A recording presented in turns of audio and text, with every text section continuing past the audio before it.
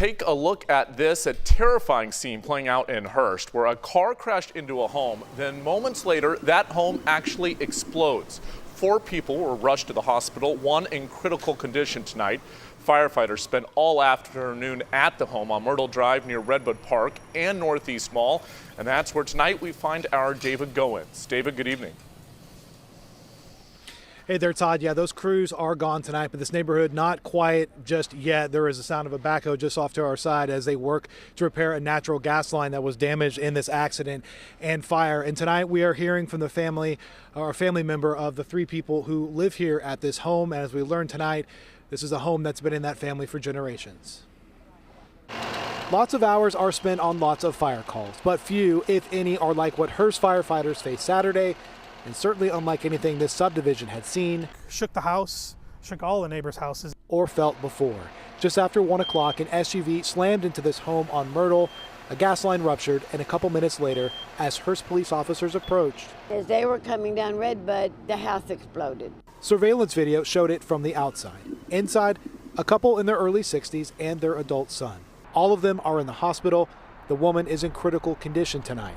Her brother told us he found out by watching our 6 p.m. update. I don't know what to think. Need to get a hold of them, see what's going on. Roy Luttrell says his sister, Dixie Bridges, and her husband, Charles, moved into this home that has been in the family for 60 years. Born and raised there. That was your house you grew up in? Yeah. Mm-hmm. Dixie complained about that almost every day, about people roaring around that corner. Hurst PD says the driver of the SUV claimed his brakes failed. He was uninjured and arrested for not having a license. What you see on the news is right at your doorstep.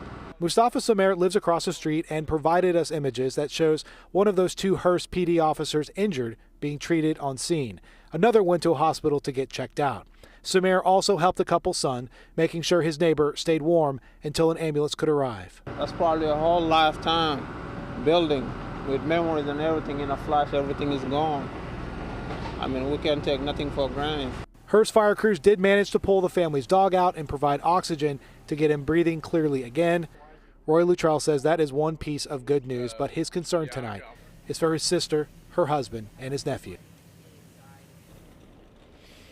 And a little bit of good news about his nephew. Just in the last couple minutes or so, family texted and said that the nephew is out of the hospital and staying with a relative tonight. Todd, a little bit more on that driver. 40-year-old Arnulfo Castro does have one previous conviction for DWI. However, Hurst PD said today they conducted a field sobriety test and there were no signs of intoxication. He simply had those brakes fail. Live in Hurst, David Goins, Channel 8 News.